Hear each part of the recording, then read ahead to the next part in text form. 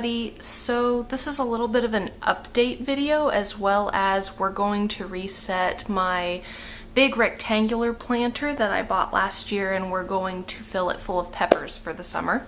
We are behind, and that is down to a multitude of reasons, but I've been a little overwhelmed with, some of it is decision paralysis and some of it is because I have so many projects all at once that really need to get done and are a little bit overdue. I wind up with sort of an overwhelm paralysis. I have a hard time thinking about things one bite at a time, and I'm looking at the whole picture and going, oh my gosh, how am I going to get all this done? Like, I can't even put myself in a mental space to know where to start. So I put up a short about how I fixed that situation, and it has a lot to do with, give me just a second, let me show you. This little bag. This little bag helps me out of my overwhelm paralysis. Whenever I get that way, where I'm having a hard time picking something to work on because it all needs to be done, and it just causes me to freeze up. So these are tabletop gaming dice, like for Dungeons and Dragons or Pathfinder. There's a number of games that use these, but they come in all different shapes and sizes. This is a D20. There are 20 sides to that dice. This is a D4 from the same set. So you can roll a 1, a 2, a 3, or a 4. This one is a 10-sided dice, I think. Yeah.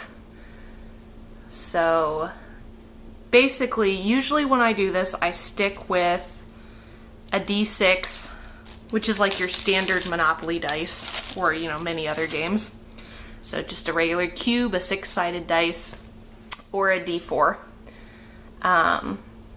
It depends on how well I'm able to limit my focus down. Usually it's a D6. Occasionally I will use one of these, which is a 8-sided dice.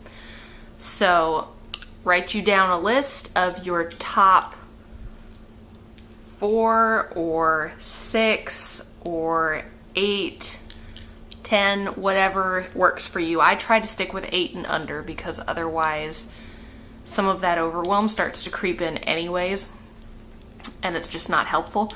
And usually, you know, you have, out of the long list of things you want to get done, you really only have a smaller handful that are much more time sensitive at that particular moment. So put those on the list first. And that's not just garden stuff. It's, you know, whatever. I've got paperwork I need to do, record keeping for our resale business. I've got video editing I need to do for my channel. I have video editing I need to do for my husband's gaming channel because I help him out with that. I'm a graphics designer by trade. And I've got all my garden stuff. And then that's not even thinking about house cleaning and chores and all of the other real life adult things that, you know, horn in on your fun. So you write you down a list, you roll the dice. There are no re-rolls. This is important because otherwise you can just keep rolling dice and still be paralyzed. You get one dice roll, and then when you get that item done, if you still have time to get stuff done in the day, then you get to roll it again after you've marked the one thing off the list. So it just gives you a place to start, and you can give away the decision-making power that is one of the biggest parts that is paralyzed in that system. Anyway, the other thing I wanted to talk about is an update on the in-ground garden. We are getting it put in. I've got tomatoes and things that are more than ready to go in. We've had to sort of pivot and make a completely different plan because I was told 2 or 3 days ago, suddenly out of nowhere, that the tractor that we've used the last 2 years to till the largest part of our garden is not going to be used this year. And it would have been so much more helpful if we could have known this 2 months ago, 3 months ago, because I would have planned and executed things very differently. Now we have a plot of land that down here in Middle Tennessee, it's been growing for a long time. We have weeds that are 8 feet tall. So it's not impossible. It is not a crisis. It is a challenge. And I know we'll get through it, and it's going to be wonderful once we have everything put in. But it definitely means that that process is going to look very different. The positive side to this is that we are going to have a small, like a push mower size rototiller that we can use. And honestly, if we were doing this several months ago, I wouldn't even use the rototiller.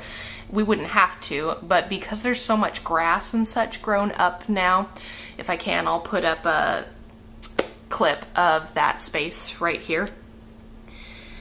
Because there's so much grass and significant sized weeds now, I think I'm going to go through it with my clippers and take down the big stuff, and we'll set it to the side. It'll eventually break down. We'll use it as top cover, but we'll cut out the big stuff, and then we'll run the rototiller, the small rototiller, over it, and then we'll cover things with cardboard and straw.